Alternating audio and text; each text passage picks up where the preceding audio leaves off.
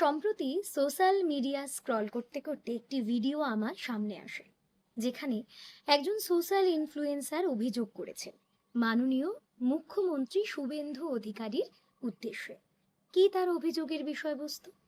না, শুভেন্দু অধিকারী সম্প্রতি একটি বিবৃতি দিয়ে জানিয়েছেন বা অফিসিয়ালি নোটিফিকেশন দিয়ে জানিয়েছেন যে আগামী 2 বছরের মধ্যে কোনো বেসরকারি শিক্ষা প্রতিষ্ঠানকে অনুমোদন দেওয়া হবে না। তাতে তার আশঙ্কা হয়েছে যে বোধহয় সামনের বার থেকে বেসরকারি শিক্ষা প্রতিষ্ঠানগুলোতে শিক্ষা লাভের সুযোগ থাকবে না, এবং যারা বেসরকারি শিক্ষা প্রতিষ্ঠানে শিক্ষা লাভ করতে যাবে তাদের বোধহয় সরকারি সুযোগ সুবিধা থেকে বঞ্চিত করা যেতে পারে। সর্বোপরি অন্নপূর্ণা ভাণ্ডার তারা নাও পেতে পারে। এক্ষেত্রে তার বিপুল আপত্তি। তার আপত্তিটি সঙ্গত, সেখানে কোনো পক্ষ বিপক্ষ নির্বাচনের প্রয়োজন নেই। সমস্যা হলো সেখানেই, যেখানে তিনি ভিডিও করে সরাসরি অভিযোগ জানিয়ে বললেন যে সরকারি স্কুলগুলোতে যারা পড়ায় তারা আসলে অযোগ্য। না, এ কথা আমি বলিনি। আমি ভিডিওটা দিচ্ছি, আপনারা দেখে নিন। স্কুলগুলোর যা অবস্থা, সরকারি টিচারগুলোর যা যোগ্যতা, তাতে বেসরকারি স্কুলে যে না পড়ায় পরবর্তী প্রজন্মে, পরবর্তী জেনারেশনের বাচ্চাগুলো আরো গবেট হয়ে যাবে। তারা তখন কি করে খাবে? তিনি এখানে সরাসরি বলছেন যে সরকারি স্কুলে যারা পড়ায় তারা আসলে অযোগ্য। আচ্ছা, আপনার উদ্দেশ্যে আমার একটা প্রশ্ন। সরকারি স্কুলে যারা চাকরি পায় তারা কি এমনি এমনি চাকরি পেয়ে যায়? তাদেরকে না কতগুলো প্রসেসের মধ্যে দিয়ে যেতে হয়। যেমন ধরুন, কেউ যদি প্রাইমারি স্কুলে চাকরি পেতে চায় তাহলে তাকে আগে টেট দিতে হয়, অর্থাৎ টিচার এলিজিবিলিটি টেস্ট। তার মধ্যে কি থাকে? অঙ্ক, ইংরাজি, বাংলা, শিশু মনস্তত্ত্ব থেকে পরিবেশ, সাধারণ জ্ঞান সব কিছুই থাকে। এবং শুধু টিচার এলিজিবিলিটি টেস্ট তাকে পাশ করতে হয় এমন কিন্তু নয়। তারও আগে পড়াশুনোর পাশাপাশি তাকে বিশেষ প্রশিক্ষণ নিতে হয়। সেই প্রশিক্ষণের উপর ভিত্তি করে তাকে অ্যাপলিটিউড টেস্ট দিতে হয়, ইন্টারভিউ ফেস করতে হয়, তারপর গিয়ে সে একটি চাকরি পায়। যারা হাই স্কুলে চাকরি পায় তাদেরকে এসএসসির মতো একটি নির্বাচনী পরীক্ষার মাধ্যমে যেতে হয়, যেখানে ইন জেনারেলি 60-এর মধ্যে, এবার যখন কাটা ফুটেছে দেখা গেছে যে যারা ডাক পেয়েছে ইন্টারভিউর জন্য তাদের মার্কস এসেছে 58, 59, 57 করে। তাহলে ভাবুন, যে মানুষটি তার সাবজেক্টের উপর এতটাই দক্ষ যে 60-এর মধ্যে তার কাটা পাশে 57, 58 বা 59, সেই মানুষটি এতটাই অযোগ্য যে তার বাচ্চাদেরকে সে পড়াতে পারবে না।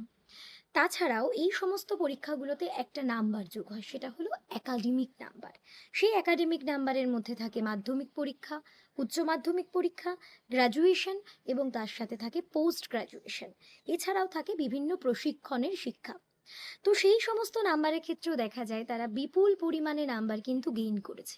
যদি সেসব কিছু বাদও দিই, তবুও তারা কম্পিটিটিভ পরীক্ষায় এত লক্ষ লক্ষ পরীক্ষার্থীর মধ্যে কিন্তু যোগ্যতম, তাই তারা নির্বাচিত হচ্ছে। তারও পরে তারা ইন্টারভিউর মাধ্যমে গিয়ে সিলেকশন পাচ্ছে। তাহলে তারা অযোগ্য, এই কথাটা কিন্তু আপনি বলতে পারেন না।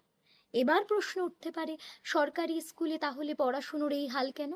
যার প্রধানতম কারণ হচ্ছে শিক্ষার পরিকাঠামো। শিক্ষার কি সঠিক পরিকাঠামো আছে? পিআরটি স্কেলে বলা হচ্ছে যে শিক্ষক এবং ছাত্রছাত্রী অনুপাত রেশিও 1:30 হতে হবে। আচ্ছা, আপনি ভাবুন, পিপি থেকে 5 অবধি যদি 6টা ক্লাস হয়, তবে সেই 6টা ক্লাস বা 7টা ক্লাসের নিরিখে আমাদের শিক্ষক, অন্তত প্রতি ক্লাসে একজন করে শিক্ষক প্রয়োজন। সেই শিক্ষক কি আমাদের আছে? নেই। পিআরটি স্কেল যদি মানা হয় সেই শিক্ষক নেই। তাহলে কেন বাচ্চা ভর্তি হচ্ছে না? তার একটা মূল কারণ হলো যে আমাদের মধ্যে না একটা প্রতিযোগিতা শুরু হয়েছে। কে কত ভালো স্কুলে পড়াতে পারে, কে কত টাকা খরচ করতে পারে, এবং কে কত স্ট্যান্ডার্ড দেখাতে পারে।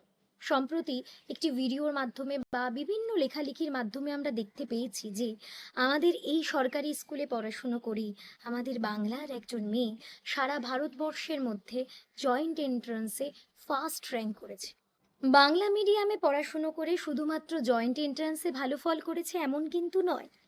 আমাদের সারা ওয়ার্ল্ডের মধ্যে সেকেন্ড হাইয়েস্ট পেইড সিও শঙ্খ মিত্র, সেও কিন্তু বাংলা মিডিয়ামে পড়াশুনো করা ছাত্র।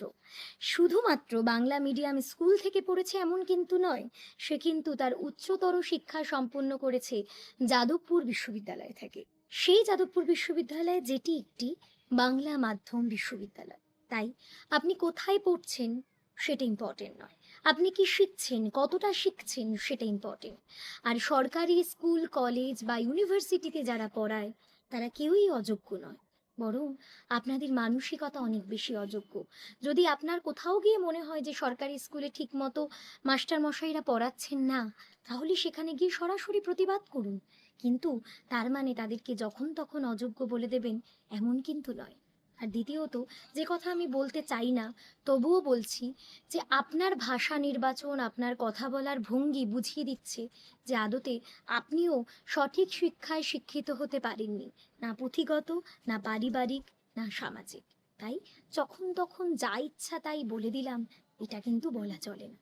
আপনার কথার বিরুদ্ধে আমরা সোচ্চার হব, কারণ এই অপমান শুধু আমাদের না, আমাদের প্রত্যেকের। আমরা যারা বাংলা মিডিয়ামে পড়াশুনো করেছি এবং আজকে যারা বাংলা মিডিয়ামে পড়াচ্ছি।